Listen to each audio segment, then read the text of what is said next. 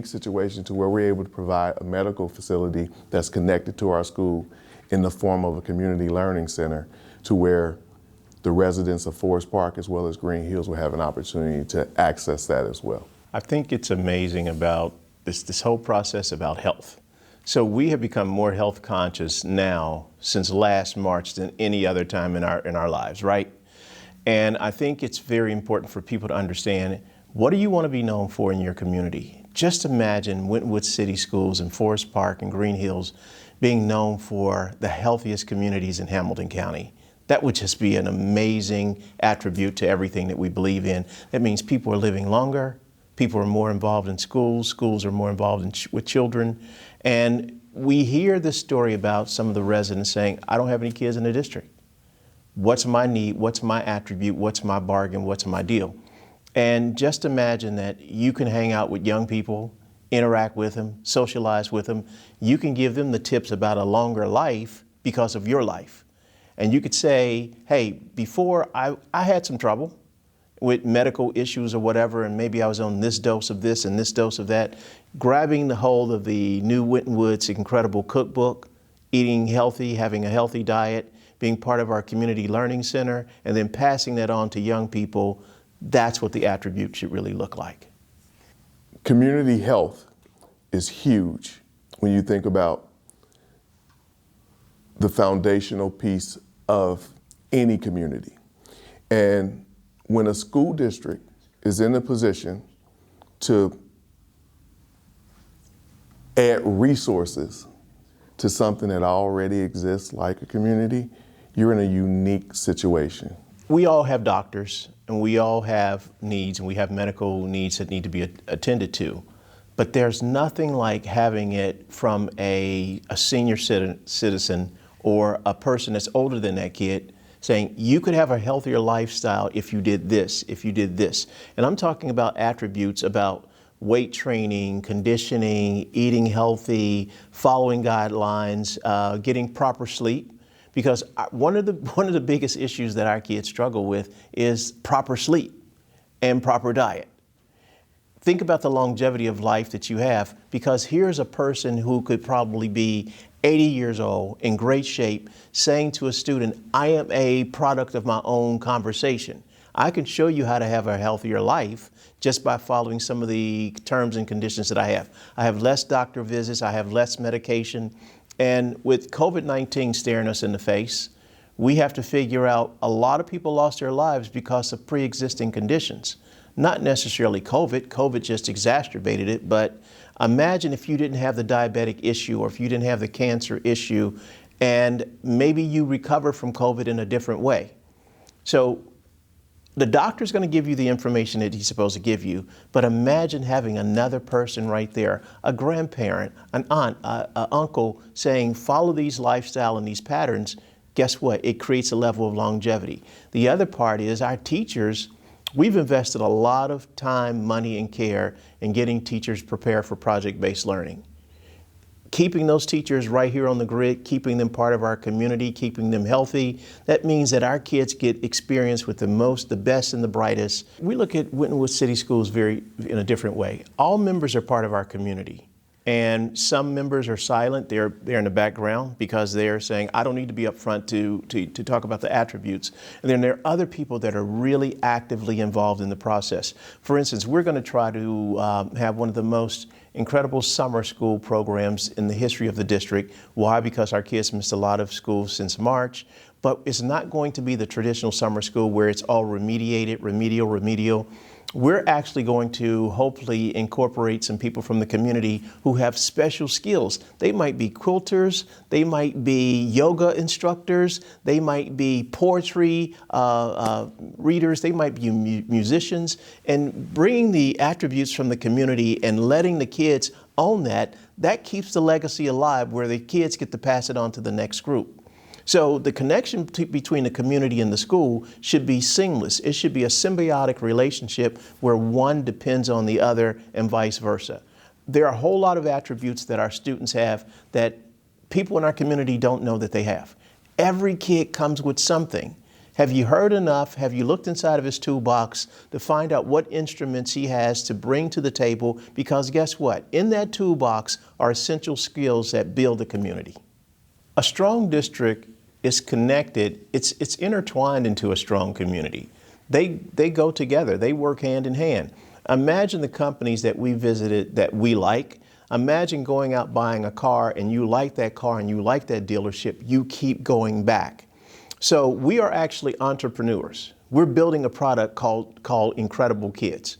And when colleges and universities say, do you have kids here? And they see what we're creating, they're like, I want more of that kid. When the armed forces say, I want more of that kid, when the workforce says, I want more of that kid, and we're producing these kids in mass quantities, it's not a situation where we have one or two, we have thousands. Thousands of kids can go through this process. And I know that we talked a little bit about how the middle school was going to be connected to the high school. Well, guess what? Now they get to see it in real time. Those kids get excited about coming to the high school. Originally, you put them on a bus from the middle school and you say, we're going to take you through the high school and let you see it. We don't have to do that anymore. It can be so seamless and so original, and the design can be so flawless that a kid can say, I want to go over and see what this middle school English program looks like because I'm interested in being a journalist. It's right here. I can see what my next generation of teachers will be like just by going through a set of double doors. It is the best ingenious design that we could have ever put together. The only thing that our parents asked, and we actually did it, and we did it right, can they have a separate entrance? Can they have a separate entrance just in order to create this process that, hey, it's a little change for us. It's different, but as the flow goes and as the project goes, it will be so seamless and so natural that we will just kind of blend the kids in and they will feel like, wow, we're part of this whole community. The other thing, it was very important for us to call our schools, not schools, but campuses, because on a campus, there are schools inside. And we also wanted to make sure that everybody in our community, we're talking about tying the community together, everyone in our community knows that we really valued the schools that were here before us. And so what you'll find in the 1-6 building, you'll see the different schools still named in the hallways because, hey, somebody took time to build these schools, and if they didn't start it, we couldn't finish it. So we're here together collectively, and we want to make sure that the pathway is very, very seamless to students. Students mentioned this feels like a college campus. Well, we wanted to make sure the stage was set for two different trends. The middle school should feel like a high school, and the high school should feel like a college. And if we hit that and the kids said, hey, you hit a home run with that because I feel like I have just kind of grown up just by being in this new space. And it gives me the encouragement to know that my educational experiences can be as broad as I want them to be. And then the final piece, as the students' attitudes change, you think that the teacher's attitude starts it. Well, guess what? In PBL, the kids' attitude started. So imagine the students are eager, energized, excited. That will make that teacher come back the next day with so many different incredible lessons that you can't even hold the teacher back. So if everybody's excited about running in the school and everybody's excited about being part of the school, guess what? You've already created that sustainable formula that never dies. We have been on this mission since the beginning, and most superintendents and community engagement coordinators have not had the luxury of running a levy every year that they've been in existence. We've actually put one on almost every year, and some of them haven't been successful, so we run them again. But we run them with the purpose of letting the community understand that it's very, very important that you have the essential dollars to make the process work, okay? We haven't had a levy on since 2009, 12 years before we would actually be able to collect on that levy. And starting great programs for young people and then stopping them midstream, that just destroys anything that community can hope for. So we don't want to put ourselves in that situation. So the levy dollars are critical. And people want to know, what do you cut? What do you get rid of? Well, we don't have any fluff here. Everything that we're putting in front of young people are things that they deserve. They deserve them, but they deserve them at a high quality. So saying you have a music program, but the music program is subpar, it'll eventually die away. The sustainability of the arts, the sustainability of athletics, the sustainability of music, these things have been around for a long time because they have the right legs under them. In order to make these things work, you must have the dollars to fund the operations. Otherwise, it fades away. I think people need to understand the difference between a bond and a levy. Bonds are the brick and mortar. It's the structural parts. It's working with the engineers and the contractor and the construction companies and the architects. That's what bonds do. The law does not allow you to use bond money for operationals. The operational are the salaries of teachers, the supplies, the technology. Since COVID has been part of our existence, we've had to increase our Chromebook application. We wanted to make sure that our littles, our wee warriors, had Chromebooks. So we have issued Chromebooks from kindergarten to grade 12.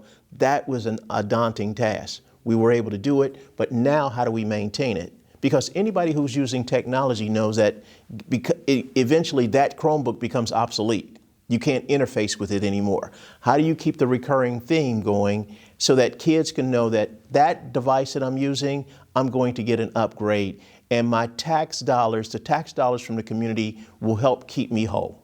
I think the main piece that the community should know about is, number one, we have the opportunity to be the most courageous, innovative district in this region. And what I mean by that is we didn't just look at one group of young people, we looked at the entire community, we call ourselves a learning community in its own right.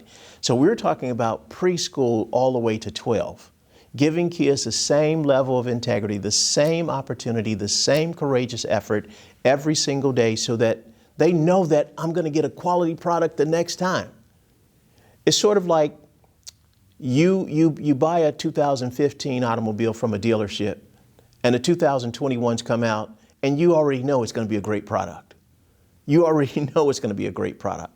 So we really want parents, when we have the opportunity to visit the 1-6 building, come and see that building, because you will see that these two mirror each other, but we are not done, because we still have preschoolers and kindergartners that will be in an older facility. We have to upgrade that facility so that all of this looks alike. Everything looks like it was very intentional based on the attributes of project-based learning in conjunction with new tech. And when you see it all come together, the community would have to be proud of it.